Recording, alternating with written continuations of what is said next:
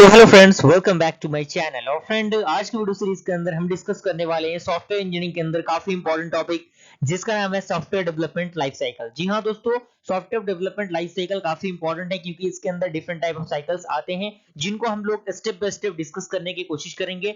हर एक साइकिल के रिगार्डिंग उसके पूरे प्रोसीजर को देखेंगे, उसके वर्किंग प्रोसेस को देखेंगे, उसके एडवांटेज डिसएडवांटेज को देखेंगे।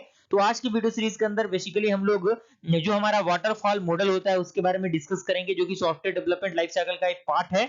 तो अगर आपने सॉफ्टवेयर इंजीनियरिंग के वीडियो सीरीज को एक्सेस नहीं किया है, प्लेलिस्ट को एक्सेस नहीं किया है, तो जल्द से जल्द प्लेलिस्ट को एक्सेस करने की कोशिश कीजिएगा।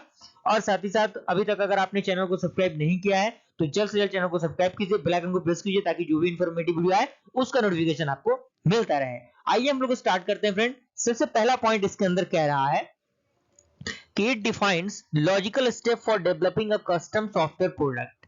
यानी ये क्या करता है, डिफाइन करता है एक लॉजिकल स्टेप्स को जो डेवलप करता है कस्टम जो सॉफ्टवेयर प्रोडक्ट होता है उनको। तो सबसे पहले हम देख लेते हैं कि वाटरफॉल मॉडल आपका बेसिकली होता क्या है। क्लियर? क्योंकि आज का जो वीडियो सीरीज है वो वाटरफॉल मॉडल के रिगार्डिंग ही है, जो कि सॉफ्टवेयर डेवलपमेंट लाइफ साइकिल का एक पार्ट है। इसके अंदर पहला पॉइंट कह रहा है कि it is the simplest classical life cycle model. यानी जो वाटरफॉल मॉडल होता है वो सिंपलेस्ट और क्लासिकल लाइफ साइकिल मॉडल होता है। क्लियर? सेकंड पॉइंट कह रहा है कि it is also known as lines sequential life cycle model. यानी जो वाटरफॉल मॉडल होता है उसको हम लोग lines sequential life cycle model के नाम से भी जानते हैं। क्लियर हुआ? अगला पॉइंट कह रहा है कि other cycle models are based on this and ideal model. यानी जितने भी टाइप्स ऑफ मॉडल्स होते हैं, साइकिल मॉडल्स होते हैं, वो वाटरफॉल मॉडल पे क्या होते हैं, आधारित होते हैं, यानी बेस्ड होते हैं। क्लियर? अगला पॉइंट कह रहा है कि नॉन इंटरैक्टिव मॉडल। यानी जो वाटरफॉल मॉडल होता है वो नॉन इंटरैक्टिव मॉडल होता है।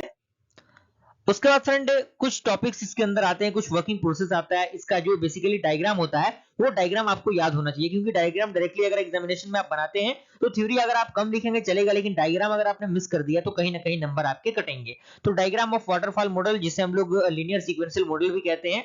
क्लियर? तो डायग्राम को आप समझिए, ये बेसिकली लगभग 4 फेजेस में इसको हमने रखा है।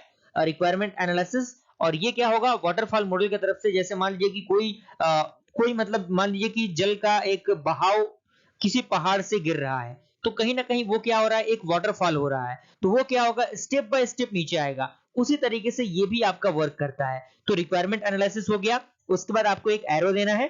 एरो देने के बाद आपका सेकंड जो आपका फेस आएगा वो सिस्टम डिजाइन आएगा। यानी जब आप एनालाइज कर लेंगे किसी भी चीज को, उसके बाद आप क्या करेंगे, उसका सिस्टम डिजाइन करेंगे। देन फिर आपका अगला स्टेप आएगा इसी के अंदर, जो कि आपका क्या होगा, इंप्लीमेंटेशन होगा। यानी जो भी सिस्टम आप डिजाइन करेंगे उसका इंप्लीमेंटेशन आप करेंगे। साथ ही साथ अगला स्टेप जो होगा, जो कि लास्ट स्टेप होगा, वो क्या होगा, आपका सिस्टम टेस्टिंग होगा। यानी आप क्या करेंगे, इसको टेस्ट करेंगे कि सिस्टम पे किस तरीके से ये रन कर रहा है। तो ये बेसिकली क्या है, फिगर है वाटरफॉल मॉडल का। तो फिगर को आपको अच्छी तरीके से बना लेना है, कोई दिक्कत परेशानी इसमें आपको नहीं होगी, क्योंकि बहुत बड़ा रॉकेट साइंस इसमें नहीं है। Is that clear? आइए हम लोग आगे के पार्ट को देखते हैं, जिसमें वर्किंग और भी बहुत सारी चीजें हैं।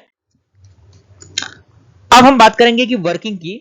तो in waterfall model all phases of SDLC यानी software development life cycle will function one after another in linear manner. यानी ये क्या होगा, जैसे एक स्टेप कंप्लीट होगा तो सेकंड स्टेप स्टार्ट होगा, जब सेकंड स्टेप कंप्लीट होगा थर्ड स्टेप स्टार्ट होगा। इस तरीके से स्टेप क्या होगा, बढ़ता चला जाएगा। तो इसमें सबसे पहला आपका है रिक्वायरमेंट एनालिसिस। तो रिक्वायरमेंट एनालिसिस में आपका पहला पॉइंट कह रहा है identity and capture user requirement analysis for validity and feasibility।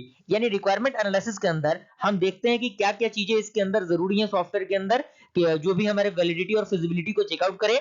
उसके बाद आपका अगला है डिजाइनिंग। तो डिजाइनिंग में कह रहा है कि designing the solution blueprints and design interface. यानी सबसे पहले हम क्या करेंगे, किसी भी सॉफ्टवेयर को डेवलप करने से पहले उसके एक डिजाइन को, एक फ्लो चार्ट के ब्लूप्रिंट हम क्या करेंगे, उसका निकाल लेंगे, जो कि एक डिजाइन इंटरफेस का काम करेगा।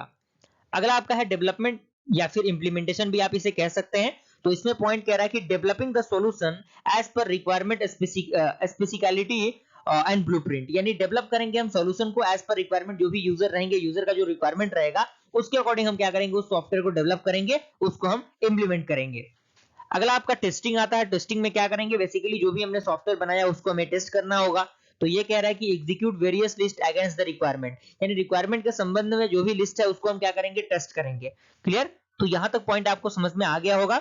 उसके बाद डिप्लॉयमेंट होता है, डिप्लॉयमेंट इसी के अंदर आता है। तो डिप्लॉयमेंट में कह रहा है कि make the solution available to the user और क्लाइंट, यानी जो भी सॉल्यूशन अवेलेबल होगा यूजर के लिए और क्लाइंट के लिए वो डिप्लॉयमेंट के सेक्शन के अंदर आता है।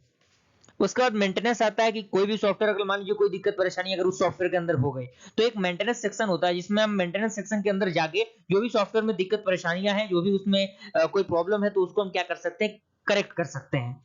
तो इसमें कह रहा है कि address issue if required, clear. और इसी में है if required any phase in the development process begins only if the previous phase is completed and the process of waterfall model is overcome by iterative waterfall model and through the illusion of feedback path। यानी ये जो waterfall model होता है वो overcome होता है किसके द्वारा, iterative waterfall model के द्वारा। तो iterative waterfall model क्या होता है वो हम लोग आने वाले वीडियो सीरीज में देखेंगे, तो इसके लिए आपको टेंशन लेने की जरूरत नहीं है। अब बारी आता है इसके एडवांटेज और डिसएडवांटेज की। तो एडवांटेज में फ्रेंड सबसे पहला पॉइंट कह रहा है कि simple to use and understand, यानी इसको हम क्या कर सकते हैं, इजीली समझ सकते हैं और इसका यूज भी करना काफी आसान होता है as compared to another development cycle। अगला आप कह रहा है कि each phase is independent of other phase, यानी प्रत्येक जो फेज होगा वो क्या होगा, इंडिपेंडेंट होगा अदर फेज से and is proceed and completely separately, यानी ये प्रोसीड होगा और कंप्लीटली क्या होगा, सेपरेट होगा यानी अलग होगा। अगला इसी के अंदर पॉइंट कह रहा है कि suitable for smaller project for clearly outlined project, यानी ये बेसिकली वाटरफॉल जो मॉडल होता है वो किसके लिए यूज होता है, स्मॉलर प्रोजेक्ट के लिए वाटरफॉल मॉडल यूज होता है। अब इसके डिसएडवांटेज की हम देख लेते हैं कि क्या डिसएडवांटेज में पॉइंट्स है आपके। तो डिसएडवांटेज में पहला पॉइंट कह रहा है कि not good for the big project, यानी बिग प्रोजेक्ट के लिए सॉफ्टवेयर डेवलपमेंट लाइफ साइकिल में वाटरफॉल मॉडल का हम यूज नहीं करते। सेकंड आपका है कि लिटिल फ्लेक्सिबल स्पेस, यानी इसमें क्या होता है, कम स्पेस कैरी किया जाता है। और लास्ट आपका क्या है, difficult to go back to any stage after it finished, यानी मतलब फिनिशिंग के पहले किसी भी बैक स्टेज में जाना यहाँ पे संभव नहीं हो पाता। तो यहाँ तक मुझे पूरी उम्मीद है कि आपको समझ में आ गया होगा। अगर वीडियो पसंद है तो लाइक जरूर कीजिएगा फ्रेंड्स। जल्द मिलते हैं, तब तक के लिए थैंक यू।